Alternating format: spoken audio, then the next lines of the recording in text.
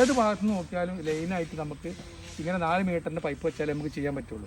അതല്ലെങ്കിൽ സിംഗിളായിട്ട് വെക്കുമ്പോൾ നമുക്ക് എന്താ വെച്ചാൽ പിന്നീട് അത് വർക്ക് ചെയ്യുമ്പോൾ അത് പിന്നീട് ജോയിൻ്റ് ചെയ്യണ സമയത്ത് അങ്ങോട്ടും ഇങ്ങോട്ടൊക്കെ തിരിയാനുള്ള സാധ്യത കൂടുതലാണ്. അങ്ങനെ ഉണ്ടായിട്ട് നമ്മളത് ഒരു ഭാഗത്ത് ഇങ്ങനെ ചെരിഞ്ഞിരിക്കുന്ന ഒരു അവസ്ഥ ഇതുവരെ ഉണ്ടായിരുന്നു. അപ്പോൾ ഇത് അങ്ങനത്തെ യാതൊരു അവസ്ഥയില്ലാതെ നമുക്ക് 4 മീറ്ററിൻ്റെ 4 ISL പൈപ്പിലാണ് നമ്മൾ ചെയ്യുന്നത്. ആർക്ക് വേണമെങ്കിലും പൈപ്പ് എവിടെ വേണമെങ്കിലും കേരളത്തിൻ്റെ എല്ലാ ഭാഗത്തും നമ്മൾ ഈ പൈപ്പ് വിതരണം ചെയ്യുന്നുണ്ട്. അല്ലെങ്കിൽ നമ്മൾ മലപ്പുറം ജില്ലയിലെ തിരൂർ, അതുപോലെ തന്നെ പുത്തനത്താണി, കോട്ടക്കൽ, പിന്നെ അതുപോലെ തന്നെ മഞ്ചേരി ഭാഗങ്ങളിലൊക്കെ ആണെന്നുണ്ടെങ്കിൽ നമുക്ക് ഒരു 50 പൈപ്പ് വരെ ഇറക്കി കൊടുക്കാൻ കഴിയും. പക്ഷേ അതിന് ജില്ല മറികടന്നിട്ട് ഇപ്പോൾ നമ്മൾ കോഴിക്കോട് അല്ലെങ്കിൽ അങ്ങോട്ടൊക്കെ പോകുമ്പോൾ നമുക്കൊരു 100 പൈപ്പെങ്കിലും ഇല്ലാതെ നമുക്ക് ഒരു ക്വാണ്ടിറ്റി ഇല്ലാതെ ഇത് കൊണ്ടുപോയിട്ട് കൊടുക്കാൻ പറ്റും. ഇത് എറണാകുളത്താണ് വരുന്നത്.